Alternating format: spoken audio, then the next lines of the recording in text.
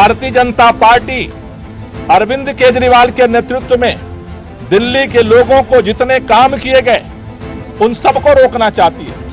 Free बिजली रोकना चाहती है, फ्री पानी रोकना चाहती है, स्कूलों को खराब करना चाहती है, मोहल्ला क्लिनिक बंद करना चाहती है, महिलाओं की यात्रा को रोकना चाहती है, बुजुर्गों की तीर्थ यात्रा को रोकना चाहती है। अभी हमने देखा बुजुर्गों की पेंशन रोक दिया 5 महीने तक।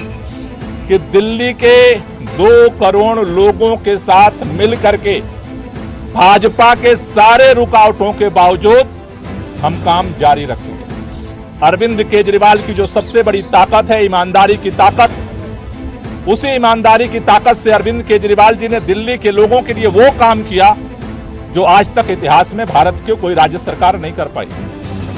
लेकिन उनके ऊपर, उस ईमानदारी के ऊपर कीचड़ उठाया गया भारतीय जनता पार्टी की तरफ से।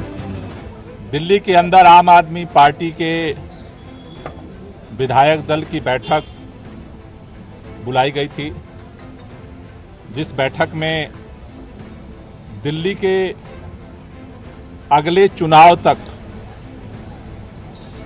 मुख्यमंत्री की जिम्मेदारी सर्वसम्मति से आतिशी जी को दी गई है।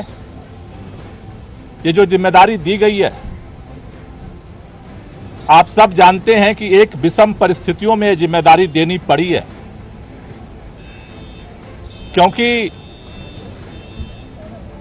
जिस तरह से भारतीय जनता पार्टी की केंद्र सरकार ने, पूरी भारतीय जनता पार्टी ने,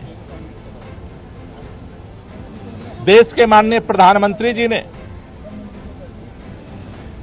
षड्यंत्र करके, एजेंसियों का दुरुपयोग करके आम आदमी पार्टी को खत्म करने का, दिल्ली की सरकार को, देश के अंदर जिस तरह से सरकारों को तोड़ा गया उसी तरह से दिल्ली की सरकार को भी तोड़ने का जिस तरह से अभियान चलाया, उन सभी अभियानों को फेल करते हुए आम आदमी पार्टी ने अपनी एकजुटता को, विधायकों की एकता को, सरकार की स्थिरता को और सरकार के कामों को जारी रखा। इन्होंने ये कोशिश की कि अरविंद केजरीवाल जेल के अंदर इस्तीफा दे दें और सरकार को गिराया जा सके। लेकिन अरविंद केजरीवाल जी ने दिल्ली के लोगों के हितों के लिए, दिल्ली के लोगों के काम को जारी रखने के लिए निर्णय लिया कि जेल के अंदर हम इस्तीफा नहीं देंगे और जेल से सरकार चलाएंगे। और उन्होंने सरकार चलाई। लेकिन जेल से आने के बाद उन्होंने निर्णय लिया कि जिस तरह से अरविंद केजरीवाल की जो सबसे बड़ी ताकत है ईमानदारी की ताकत, उसी ईमानदारी की ताकत से अरविंद केजरीवाल जी ने दिल्ली के लोगों के लिए वो काम किया जो आज तक इतिहास में भारत की कोई राज्य सरकार नहीं कर पाई। लेकिन उनके ऊपर, उस ईमानदारी के ऊपर कीचड़ उठाया गया भारतीय जनता पार्टी की तरफ से। और उसको देखते हुए दिल्ली के मुख्यमंत्री अरविंद केजरीवाल जी ने जेल से आने के बाद यह निर्णय लिया कि देश की सुप्रीम अदालत ने हमें जेल से बाहर कर दिया है, लेकिन हम जनता की अदालत में जाएंगे। दिल्ली के लोग जब तक दोबारा चुन करके उन्हें अपना समर्थन नहीं देते,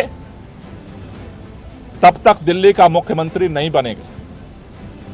आज इन परिस्थितियों में जब उन्होंने अपना इस्तीफा देने का निर्णय लिया, आज विधायक दल की बैठक हुई। विधायक दल की बैठक में सर्वसम्मति से यह निर्णय हुआ है कि अगले चुनाव तक हम चाहते हैं कि ये चुनाव अक्टूबर-नवंबर में कराए जाएं, जल्द से जल्द कराए जाएं। जब तक चुनाव नहीं होता है, अरविंद केजरीवाल जी को प्रचंड बहुमत से जनता दिल्ली का मुख्यमंत्री नहीं बनाती है, तब तक के लिए आतिशी जी को दिल्ली के मुख्यमंत्री के रूप में जिम्मेदारी निभाने के लिए प्रस्ताव सर्वसम्मति से पारित हुआ है। आतिशी जी को 2 जिम्मेदारी मुख्य तौर पर सभी विधायकों की तरफ से दी गई। पहला कि दिल्ली के 2 करोड़ लोगों के साथ मिलकर के भाजपा के सारे रुकावटों के बावजूद हम काम जारी रखेंगे। और दूसरा, भारतीय जनता पार्टी अरविंद केजरीवाल के नेतृत्व में दिल्ली के लोगों को जितने काम किए गए उन सबको रोकना चाहती है। फ्री बिजली रोकना चाहती है, फ्री पानी रोकना चाहती है, स्कूलों को खराब करना चाहती है, मोहल्ला क्लिनिक बंद करना चाहती है, महिलाओं की यात्रा को रोकना चाहती है, बुजुर्गों की तीर्थ यात्रा को रोकना चाहती है। अभी हमने देखा बुजुर्गों की पेंशन रोक दिया 5 महीने तक।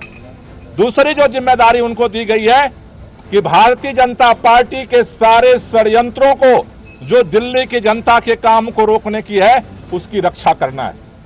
हमें कल भी इस भाजपा के षड्यंत्र से